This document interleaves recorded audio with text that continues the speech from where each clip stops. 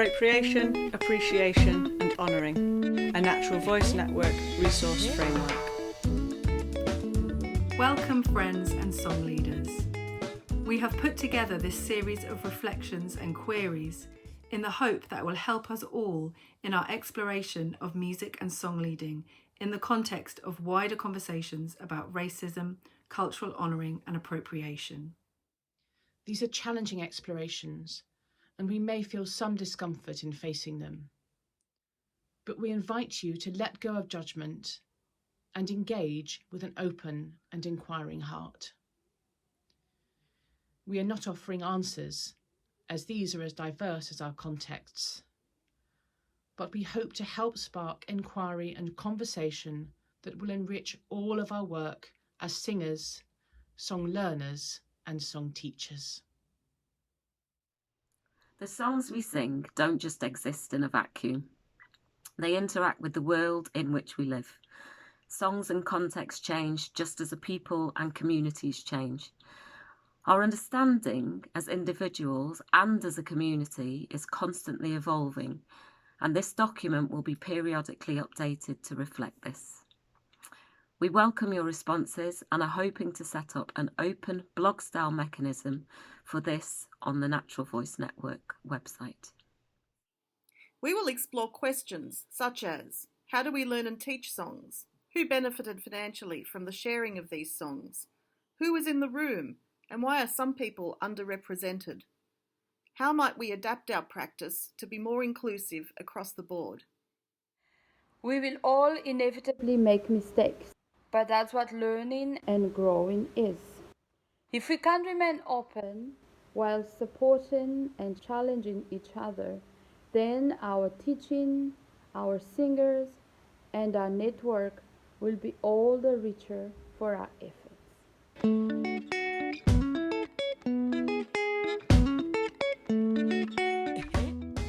It's not just a song. Many people who live on lands that have been stolen from Indigenous people begin gatherings by acknowledging the traditional owners of that land and their ongoing relationship with it. With this in mind, we will begin this exploration by acknowledging the deep history of the culture of taking that has been perpetuated by colonialism. As singers living in the Western world, for generations we have had access to songs and culture from all over the world, often shared without acknowledging or paying the traditional singers. This hasn't been in the context of a reciprocal sharing, it's been in the context of occupation and colonisation of one group of people by another. As there remains a power imbalance in the world, so there is a power imbalance in how songs have been both shared and taken.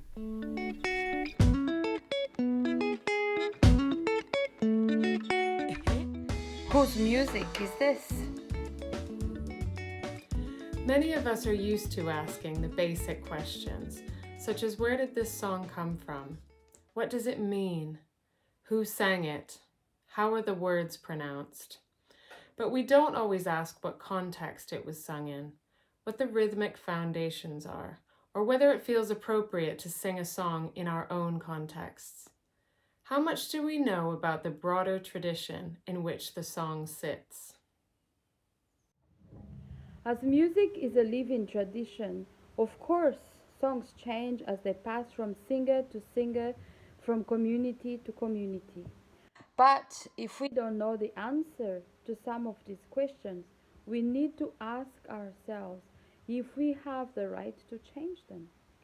Some songs are only sung in very particular contexts, for example, sacred or ritual gatherings, and remain unchanged. And some are changed a little every time they are sung. If a song is sacred to a culture, have we entered it at enough depth to know it is appropriate and respectful to sing it or modify it? If we change an element such as rhythm or harmony, did we make changes just to make them easier for Western singers to sing? If we are not from that culture, do we have the right to change that song? Are we preserving and honouring the tradition from which this song comes from? Many songs we share were collected from singers in the 21st century. Have the singers who first sang the song ever been compensated for their creative work? How was the music shared? How was it listened to? Were the interactions respectful? It's easier than ever to seek out information about songs, different contexts and versions. We can even zoom in teachers from all over the world to share their traditions and expertise. How can we connect with people from different cultures to learn directly from them and pay them appropriately for their time and expertise? For a real-life situation where cultural appropriation was highlighted and reflected on, please watch the Vera Hall video discussion between the Natural Voice Network and Singing Mamas choir leaders. You'll find the link for this underneath this video. Who's in the room? Global cultural conversation centres the experience of white people. White people are considered the norm, and all other people are viewed in comparison to them. This is one of the realities that we are working to challenge in our work. What does it feel like to be the only person with different cultural heritage in a singing group? How can we go to people who don't necessarily feel welcome in our groups, and how can we work alongside other people in our local communities to broaden the range of people who feel able to access community singing spaces? How can we guard against tokenism in the inclusion of diverse groups and individuals? For a fuller exploration of the experiences of song leaders and singers with diverse heritage in the NVN, please watch this video made by Molara Owen. You'll find the link for this underneath this video.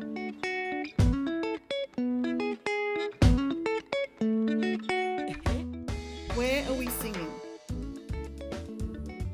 Wherever we are singing, we need to take care to describe people in the way they might describe themselves. Some words that have been widely used in the English language are now understood to be incorrect and could cause offence. For example, in English, many Indigenous people would now describe themselves as First Nations people. Calling a song Aboriginal isn't specific enough. There are over 500 different so-called Aboriginal groups living in Australia, speaking more than 250 different languages. Calling a song African isn't specific enough. There are over 3,000 different groups of people across the continent, speaking over 2,000 different languages. Calling a song Native American isn't specific enough. There are over 550 different Native peoples in the USA, and around 150 languages have survived, are still spoken and sung today.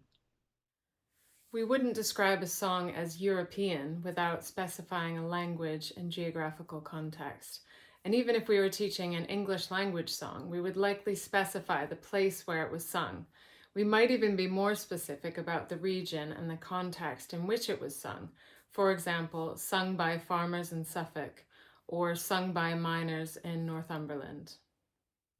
Some of us sing in the streets, a very different context to a workshop or a static performance where we can be sure that everyone has heard our explanation of the context. If someone hears us singing a bit of a song from their culture which has been historically exploited, that may be a positive experience, a moment of feeling heard and seen, or it may be a negative experience, a moment of feeling re-exploited.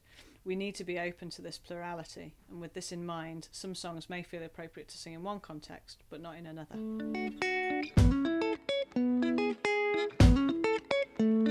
The beginning. Take a moment to reflect on some of what you have read. What have you started to unpick? What felt challenging to you? What adaptations can you begin to integrate into your practice? What regular reflective space can you keep providing for yourself and share with others? Hint, see Archers info below. Don't forget that we are all on this journey together. Keep talking with each other. We'll all get it wrong sometimes.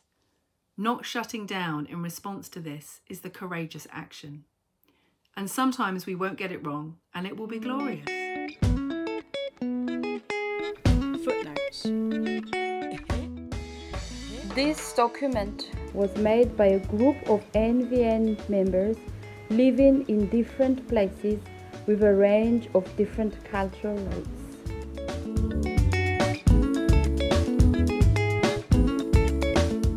The times they are a-changing.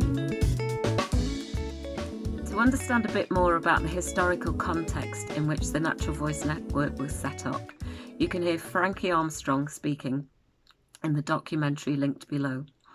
Part of Frankie's vision was to bring oral singing traditions to the UK to challenge the other, more dominant Western choral singing norms, so-called norms.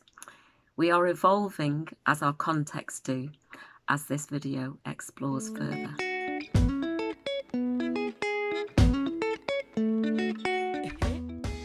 Touching on intersectionality.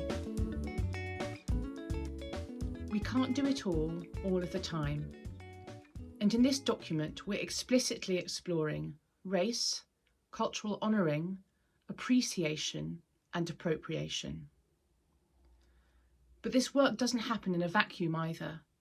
So we'd like to encourage you to explore other axes of intersectionality and inclusion, such as class, disability, sex, gender, and sexuality.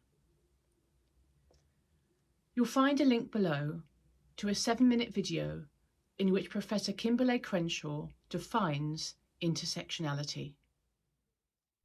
Underneath this video, you'll find links to further audio and video resources, as well as tools such as maps. Thanks for listening. I need talking drum on it.